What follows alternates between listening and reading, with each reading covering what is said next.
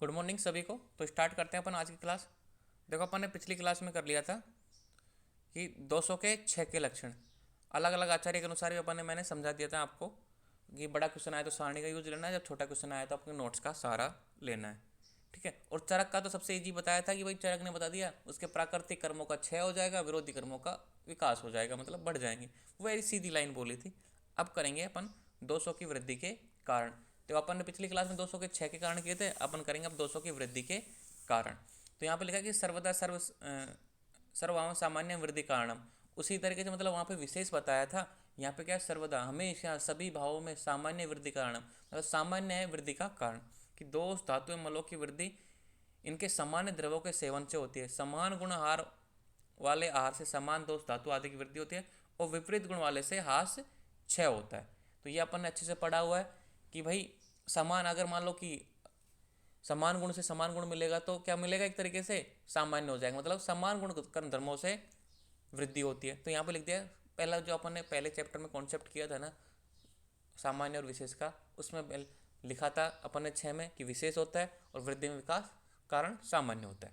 अब ये श्लोक को छोड़ो, हिंदी में देखो। इस प्रकार कटु तिक्त कषाय रुक्ष शीत आदि द्रवों से वात की वृद्धि होती है, और इसके विपरीत मधुर अम्ल लवण स्निग्ध उष्ण पिच्छल श्लक्षण आदि से वात का क्षय होता है।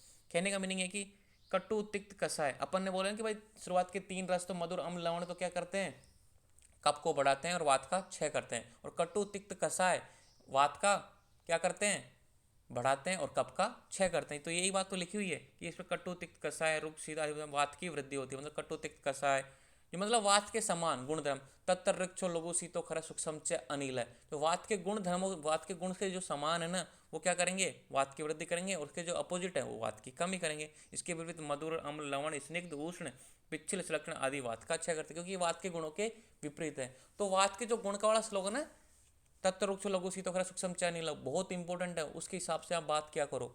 दूसरा है अम्ल लवण कटु क्षार उष्ण तीक्ष्ण आदि तिक्त द्रवों से पित्त की वृद्धि होती है, और इसके विपरीत मधुर तिक्त कषाय आदि रस शीत मंद सांद्र रुक्ष गुणों से पित्त का क्षय होता है। आपने श्लोक में अच्छे से पढ़ा होगा ये सारी चीजें कि अम्ल लवण कटु क्षार उष्ण तीक्ष्ण। देखो अम्ल लवण कटु क्षार उष्ण तीक्ष्ण, इनमें क्या होता है, हमेशा इनमें सब में अग्नि होती है, अग्नि महाभूत होता है। तो क्या करते हैं, पित्त को बढ़ाते हैं। और इसके विपरीत मधुर तिक्त कषाय आदि रसों से शीत मंद सांद्र, ये क्या कि थोड़े हैवी होते हैं और डाउन होते हैं, मतलब अग्नि नहीं होती। तो ये क्या करते हैं, पित्त का नाश करते हैं। स्निग्ध गुरु मंद मधुर सांद्र पिच्छल आदि द्रवों से कफ की वृद्धि होती है, और इसके विपरीत तिक्त कषाय रस व रुक्ष उष्ण लघु विशद आदि गुणों वाले द्रवों से कफ का क्षय होता है।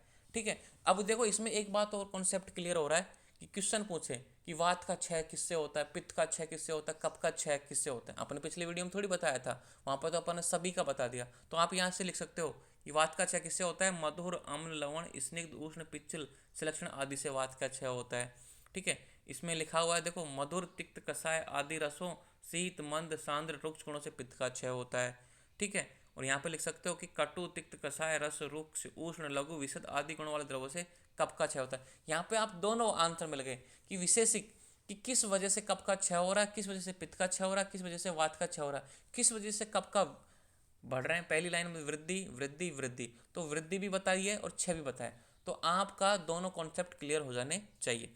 अब इसके अतिरिक्त आचार्य सुश्रुतन 200 की वृद्धि के कारण का वर्णन चैप्टर नंबर बताया, जिसका वर्णन षटक्रिया काल में वात पित्त कफ प्रकोप के कारणों का वर्णन मिलता है। इस प्रकार विभिन्न आचार्यों के अनुसार वात पित्त कफ के 6 वृद्धि कारणों का विस्तार से वर्णन मिलता है। अलग अलग आचार्यों ने बताया भाई वात के प्रकोप का कारण क्या है, पित्त प्रकोप का कारण क्या है, कफ प्रकोप का कारण क्या है। अब इन श्लोकों को थोड़ी देर भूल जाते हैं, अपन हिंदी पर ध्यान देते हैं क्योंकि श्लोक इतने इंपॉर्टेंट है नहीं। तो जो अलग अलग आचरण बताया ना, जो इनका एक सामान्य अपन बताया, तो वात प्रकोप के कारण देखते हैं पहले कि बलवान के साथ लड़ना, अपने से ज्यादा बलवान। ठीक है। आप वो मान लो कि 55 kg का आप लड़ रहे हो 75 kg वाले व्यक्ति से, वो ज्यादा ताकत वाला है, उससे आप बह रहे हो, मतलब मल्ल युद्ध कर रहे हो, लड़ रहे हो, फंस रहे हो, तो आपका क्या है, वात वृद्धि हो जाएगा। अधिक व्यायाम करना, एक्सरसाइज ज़्यादा करना, जरूरत से ज़्यादा, अधिक मैथुन करना, ठीक है, अति कामुक होना, अत्यधिक अधिक अध्ययन करना, रात्रि को जाग जाके व्यक्ति अध्ययन करता है ना, तो वात बढ़ जाती है। ऊंचे स्थान से गिरना, किसी व्यक्ति को ऊंचे स्थान से गिरा दो तो भी मतलब डर के कारण बात बढ़ती है। दौड़ना, दौड़ने से मोच होना, तो आप इनमें से 10 याद कर लोगे तो वो भी काफ़ी है। चोट लगना, कूदना, तैरना, रात में जागना, भार उठाना, हाथी घोड़े या रथ पर पैदल या अधिक चलना, हाथी पे भी चलोगे, घोड़े घोड़े पे भी चलोगे मतलब, या फिर पैदल, इन सब पे आप सवारी करोगे तो एक तरीके से आपकी बात बढ़ेगी। कटु, कसाय, तिक्त, रुक्ष, लघु और शीत वीर्य द्रवों का सेवन, ये आपको बता ही दिया, वहाँ लिख दे कटु तिक्त कसाय। तो कटु कसाय तिक्त तो क्या करते हैं, वात को बढ़ाते हैं। रुक्ष, लघु और शीत वीर्य द्रवों का सेवन, अब ये लघु, रुक्ष और शीत क्यों आया, क्योंकि वात के गुण है ये लघु लघु वात का गुण है, रुक्ष वात का गुण है, शीत वात का गुण है, तो ऐसे पदार्थों का सेवन करोगे तो भी वात बढ़ेगा। कुधान्य, उदालक, कोदोसो, शामक और निवार, मूंग, मूस, ये चीज चारों है ना साग है। साग क्या होते हैं, पत्तेदार सब्जियां, ठीक। कोदोसो, शावक, निवार, मूंग क्या होती है, मसूर, तुअर, ये दालें आ गई, मटर, राजी, सिम्बा मतलब राजमा, इनका सेवन, शुष्क मांस और शुष्क शुष्क शाक और शुष्क मांस, इनका सेवन करने से भी क्या होता है, वात की वृद्धि होती है। एक तरीके से ये खाने की चीज़ें हैं, कोई समझता होगा, जैसे दालें जानते हो आप, जैसे राजमा आप जानते हो, मटर आप जानते हो, ठीक है, मूंग आप जानते हो, तुअर की दाल आप जानते हो, मसूर की दाल आप जानते हो, ये सारी चीज़ें आप क्या करते हैं, वात को बढ़ाती हैं, तो ये हटा देते हैं। अब देखो यहाँ पे लिखा है उपवास, कोई व्यक्ति ज्यादा उपवास कर रहा है मतलब भूखा रह रहा है तो भी बात बढ़ेगा। विस्मासन, विस्मासन क्या होता है, विस्मासन, आद्यसन, मतलब विस्मासन का कहने का मीनिंग ये है कि आप उसमें अच्छे और बुरे खाने को मिला रहे हो, मतलब एक तो अच्छा खाना है आप खाना है, उसमें गंदा खाना मिला लिया, मतलब अच्छे और बुरे खाने को मिलाकर खाना। और अद्यसन क्या है, बिना पके ही, मतलब आपने जो खाना खाया वो पचा नहीं, उससे पहले दूसरा भोजन तैयार किया, जैसे सुबह का खाना खाया पचा नहीं और दोपहर में खाना खाने लग गए, दोपहर का खाना पचा नहीं शाम को खाना खाने लग गए, तो यह अद्यसन। वायु, मूत्र, पुरुष, वीर्य, वमन, छींक, डकार, वाष्प, इनके वेग को रोकना आदि कारणों से वायु कुपित होती है। अब देखो इंपॉर्टेंट लाइन, यहाँ पर ने चैप्टर नंबर 4 अष्टांग में पढ़ा नहीं भाई, वेगों के धारण करने से वात प्रकोपित हो जाता है, तो यही बात है कि वायु, मूत्र, पुरुष, वीर्य, वमन, छींक, डकार, इन सबको रोकने से क्या हो जाता है, वात कुपित हो जाता है, वात प्रकोपित हो जाता है। अब देखो सिंपल सी बात यह कि ये वात प्रकोप के कारण है, मतलब वात किन किन वजह से बॉडी में बढ़ेगी, ये सारी चीज़ें यहाँ पे लिख दी। इतने सारे पॉइंटों में कितने हो गए ये पॉइंट, 22 पॉइंट, इनमें 10 पॉइंट में आपने याद कर लिया ना, तो आपको कभी भी किसी भी कोई रोग हो ना, वही वातज रोग है, जैसे आप पैथोलॉजी सेकेंड ईयर में जाओगे तो पता लगेगा वही वातज रोग है, वात का निदान क्या है, तो आप इनमें से 10 लाइन उठा के कोई सी भी लिख दो कि भाई वेग को रोकने से, इन चीज़ों को खाने से, बाहर उठाने से, रात्रि में जागरण करने से, ये एक तरीके से आपको रूल है। जब भी वात प्रकोप आएगा, कोई बोलेगा कि भाई रात्रि में जागने से वात क्यों बढ़ रहा है, एक तरीके से रूल बना लो इनको कि ये रूल है एक तरीके से। अपन जब ABCDEFGN मतलब तो BM फर्स्ट ईयर मतलब अपनी पहली क्लास है, तो आप इसको ऐसे रूल बना लो कि वात प्रकोप के कारण अगर वात बढ़ा है तो इन चीज़ों की वजह से बढ़ा है, आपने इन चीज़ों में से कोई ना कोई काम किया है, इनको रूल बना लो तो आप कहीं भी नहीं अटकोगे। अगर आप यही सोचोगे बलवान के साथ लड़ने से वात क्यों बढ़ रही है, अधिक व्यायाम करने से बात क्यों बढ़ रही है, आप इसका हर चीज़ का एक ऑथेंटिक रीजन है। अब मैं यहाँ पे इनको एक एक को समझाऊँ ना, वो आपका एक PG का टॉपिक हो जाएगा।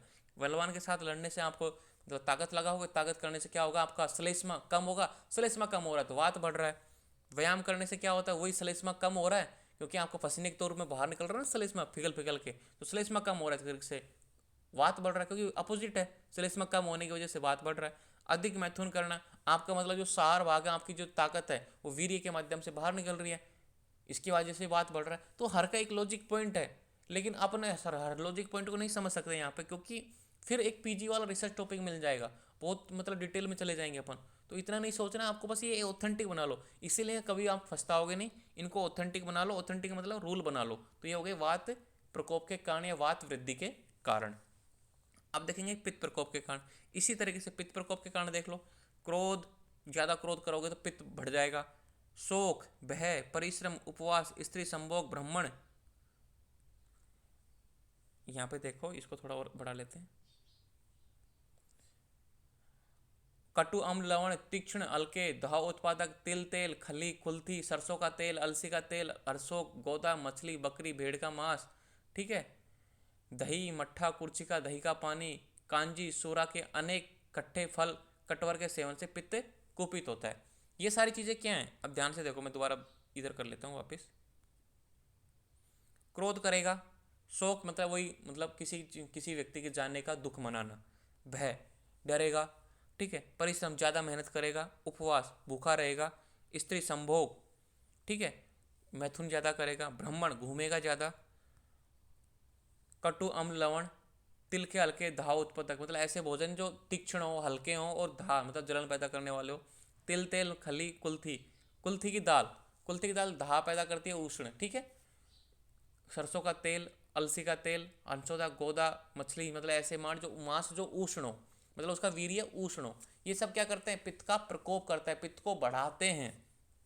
दही, मट्ठा, कुर्ची का दही का पानी, अब दही आप जानते हो उष्ण होता है, तो दही के खाने से भी पित्त बढ़ता है। कांजी सुरा के अनेक भेद, खट्टे फल व कटवर के सेवन से पित्त कुपित होता है। ये सब क्या है, पित्त को प्रकोपित करने वाले हैं। तो कहने का मतलब इनको आप रूल बना लो। अगर आप इनके रिसर्च में जाओगे ना तो फिर आपकी मतलब आप बढ़ ही नहीं पाओगे इससे। तो मैंने क्या किया था, मैंने इनको रिसर्च बना लिया था। एक तरह रिसर्च क्या मतलब, एक तरीके से ABCD अपन रूल पढ़ते हैं, 2 × 2 4, 4 दूनी का 2 8, 8 दूनी का 2 16, 16 दूनी का 2 32, अपन ने एक रूल बना लिया। उसकी देखो अब 2 × 2 4 ही क्यों होते हैं, 5 क्यों नहीं होते, आप ये भी पूछ सकते थे ना, लेकिन नहीं पूछा आपने, उसको एक रूल बना लिया। इसी तरीके से आप आयुर्वेदा में भी रूल बना लो, फॉर्मूला बना लो, फंडामेंटल बना लो, तो आपको आयुर्वेदा अच्छे से समझ में आएगा। अब देखो कफ प्रकोप के कारण, इसको थोड़ा जूम कर लेते हैं। हाँ, अब देखो यहाँ पे कफ प्रकोप के कारण देखो, श्लोक को भूल जाते हैं। दिन में सोने से कफ बढ़ता है। अब ये बात आपको मतलब रूल बना लेनी है, किसी प्रकार का शारीरिक श्रम या व्यायाम ना करना। आप सारे दिन आलस पड़े रहोगे, रूम में पड़े रहोगे, काम नहीं करोगे तो कफ बढ़ेगा। आलस्य, मधुर, अम्ल, लवण, शीत, स्निग्ध, गुड़ मतलब उड़द आदि, चिपचिपे, अभिसंधि कारक, आहिनक मतलब धान्य विशेष, जौ, नैषध, अतिर, उड़द, महामस, गोधूम, तिल, पिष्ट, आटे के विकार, दही, दूध, खिचड़ी, खीर, ईख के बने पदार्थ मतलब गुड़ के बने पदार्थ, एवं आनुपम जलीय प्राणियों का मांस, कमलनाल, कमेसरू, सिंगाड़े, मीठे फल, नारियल आदि, वली फल मतलब लौकी, कौड़ा, इनका सेवन होता है। समसन, अद्यसन आदि कारणों से कफ कुपित होता है। समझो, दिन में सोने से कफ बढ़ रहा है, किस प्रकार का शारीरिक मतलब आलस करने से, तो आलस आ गया। मधुर अम्ल लवण, आपको पता है भाई मधुर अम्ल लवण से कफ की वृद्धि होती है। शीत, ठंडे पदार्थों खाने से कफ की वृद्धि होती है। स्निग्ध पदार्थों खाने से कफ की वृद्धि होती है। गुरु, हैवी पदार्थ जो पचने में भारी हो, उन पदार्थों से कफ की वृद्धि होती है। चिपचिपे, ठीक है, मतलब चिपचिपा में एक स्निग्ध आ गया तो उसमें भी कफ की वृद्धि होती है। अभिसंधि कारक, अभिसंधि यानी क्या होता है, जो स्रोतों को अवरोध करने वाले हो। स्रोतों का अवरोध मतलब जो कफ को बढ़ाने वाले हो, एक तरीके से आप ऐसे ही समझ सकते हो। धान्य विशेष, ऐसे विशेष जो कफ को बढ़ाएंगे। यहाँ पे जौ का मुझे समझ नहीं आया, जौ क्यों आया है। देखो, जो चीज़ मुझे नहीं पता मैं नहीं बताऊंगा उसके बारे में, तो जौ आप स्किप मार सकते हो, क्योंकि 20-25 है उनमें से एक में स्किप मार दोगे कोई प्रॉब्लम नहीं आएगी, ठीक है। उड़द, उड़द क्या हैवी होती है। महामास, ये भी एक दाल होती है जो हैवी होती है। गोधूम, गो प्रोडक्ट, ठीक है। तिल, तिल आप तो जानते हो जिसका आटा तेल निकलता है। और आनूप और जलीय प्राणियों के मांस, जो मतलब जल में रहने वाले हैं और ऐसे प्रदेश जहाँ पे मतलब पानी ज़्यादा हो, पानी ज़्यादा तो कफ रहेगा, तो ऐसी चीज़ों के मांस खाने पर भी आपको क्या बढ़ेगा, एक तरीके से है कफ बढ़ेगा। चर्बी युक्त मांस खाने से, ठीक है। तो यहाँ पे फल आए हैं, कमलनाल, कसेरू, सिंगाड़े, मीठे फल मतलब ऐसे फल जिनमें कफ या फिर पानी ज़्यादा हो, ठीक है। बली फल, लौकी, कौड़ा मतलब हरी सब्जियाँ, इनका सेवन। समसन, समसन मतलब ज़्यादा अच्छा खाना, आप घी, तेल, वसा, मज्जा अच्छे से खाओगे तो भी कफ बढ़ेगा। और अद्यसन, अद्यसन यानी जो बार बार भोजन करना है, जैसे सुबह का खाना पचा नहीं, वैसे ही दोपहर का खा रहे हो, दोपहर खाना पचा नहीं, शाम का खा रहे हो, तो अद्यसन करने से भी क्या हो, कफ कुपित होता है। तो यहाँ पे लिखा है कि भाई अष्टांग संग्रह व अष्टांग हृदय में बताए गए कारणों को निम्न सारणी से समझा जा सकता है कि अगर शीत प्लस रुक्ष आदि सेवन, मतलब शीत द्रव्य है साथ में रुक्ष भी है, तो क्या करेगा, वात का प्रकोप करेगा। उष्ण प्लस तीक्ष्ण है, मतलब उस वीर्य में उष्ण है लेकिन साथ में तीक्ष्ण है, तो वो पित्त का प्रकोप करेगा। अगर वीर्य में उष्ण है और स्निग्ध खा रहे हो तो भी ये कफ का प्रकोप करेगा। क्यों, यहाँ पे आप लिख सकते हो भाई शीत प्लस स्निग्ध लिख सकते हो, शीत प्लस स्निग्ध लिख सकते हो। ऐसे आप बोलोगे कि सर यहाँ पे लिखा है देखो शीत, 7 नंबर पॉइंट पे शीत लिखा हो, तो यहाँ पे शीत आना चाहिए था भाई, शीत प्लस स्निग्ध कफ प्रकोप नहीं। अगर आप उष्ण वीर्य वाले द्रव खाओगे और स्निग्ध वाले खाओगे तो उष्ण वीर्य के प्रभाव में जो स्निग्ध है ना, पिघल पिघल के स्रोतों में जम जाएगा, मतलब स्रोतों को अवरोध करेगा, इसलिए ये कफ को प्रकोप कर रहा है। तो जो स्निग्ध आप घी तेल खाओगे ना, वो उष्णता के प्रभाव में पिघलेगा। उष्णता जैसे अपन घी का डब्बा होता है, घी के डब्बे को अपन आँच के चूल्हे के आगे रख देते हैं तो पिघल जाता है। तो इसी तरीके से अगर आप उष्ण वाले द्रव्य स्निग्ध के साथ खाओगे तो कफ का प्रकोप करेगा। क्यों, क्योंकि सिंपल सी बात है कि वो पिघल के स्रोतों को अवरुद्ध करेगा। अगर शीत शीत शीत प्लस स्निग्ध करोगे तो वो जम जाएगा, संचय होगा, प्रकोप नहीं होगा, वो संचय हो जाएगा, तो यह कफ का प्रकोप है। तो उष्ण प्लस स्निग्ध, तो ये बहुत इंपॉर्टेंट है। तो प्रकोप कैसे होता है, शीत प्लस रुक्ष, मतलब दोनों चीजें वात को बढ़ा रही हैं, शीत प्लस रुक्ष वात प्रकोप। उष्ण प्लस तीक्ष्ण मतलब पित्त, दोनों चीजें पित्त को बढ़ा रही है।